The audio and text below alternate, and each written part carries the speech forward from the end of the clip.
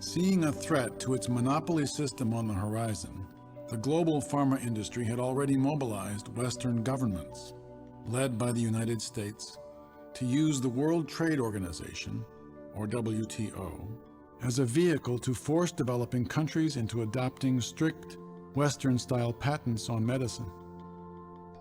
The protocol they used to do this is known as the TRIPS agreement. The international trade agreement that was called TRIPS, Trade-Related Intellectual Property.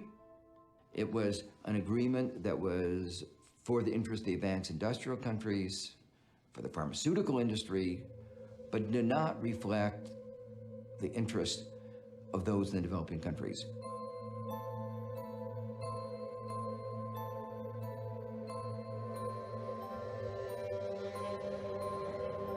TRIPS effectively took control of drug patents out of the hands of national governments in the developing world and put it into those of the Western-controlled World Trade Organization, which has draconian powers to punish countries it views as stepping out of line. This was widely seen as a direct attack on third world generics by the powerful global drug industry.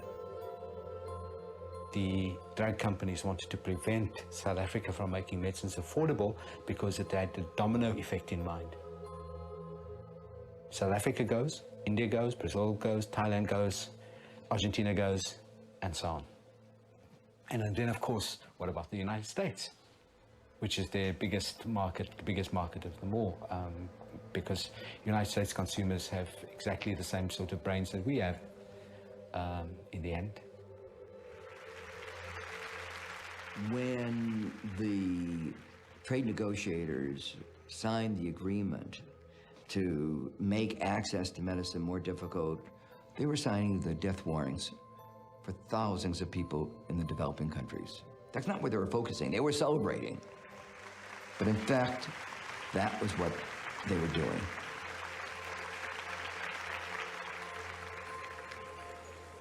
And they knocked out what was the dream of the world, was the Indian system. The drug companies might have lost the battle over AIDS drugs, but with TRIPS, they won the war. Facing the full force of the WTO, India and other key developing countries lost the legal ability to make low-cost generic versions of newer drugs. And the consequences for billions of people living in the global south are potentially catastrophic.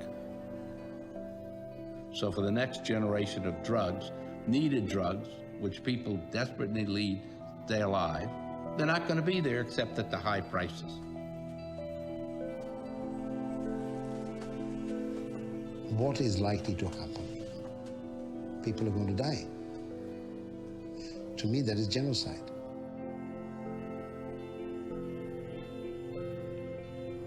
India has gone into the system of patenting in health, which I don't think is a good system. But they had no alternative to accepting. In the area of pharmaceuticals, and particularly in the area of life-saving drugs, if you can't get the right to that drug, your citizens die. And forcing a country to sign a law that says, okay, we'll let our citizens die so you can keep your patent monopolies and your prices up, seems to be immoral.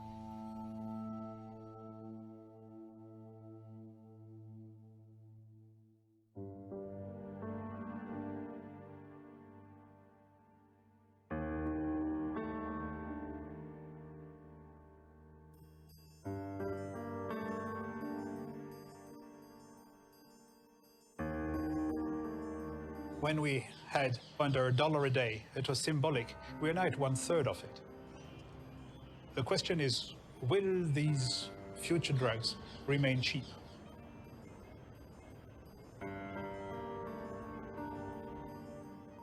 Since the early 1970s, India has supplied low-cost medicine to the developing world. But this lifeline to billions of the world's poorest people is being severed as the TRIPS patent provisions take hold, with no alternative source of affordable medicine anywhere in sight. They have us as their hostages. If we face an emergency here in Africa, we shall die because the laws don't protect us.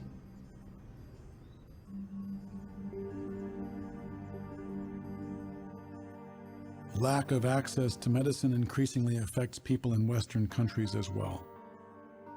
Almost half of all Americans now say that they are unable to afford their prescription drugs, a number which grows with each passing year. In the US, to stay healthy and well and not die is not a basic human right. And that's why we have the system we do have here. The companies can't continue to take the position, they're just Africans, let them die. And it's going to be even harder for them to take the position, they're just old Americans, let them die.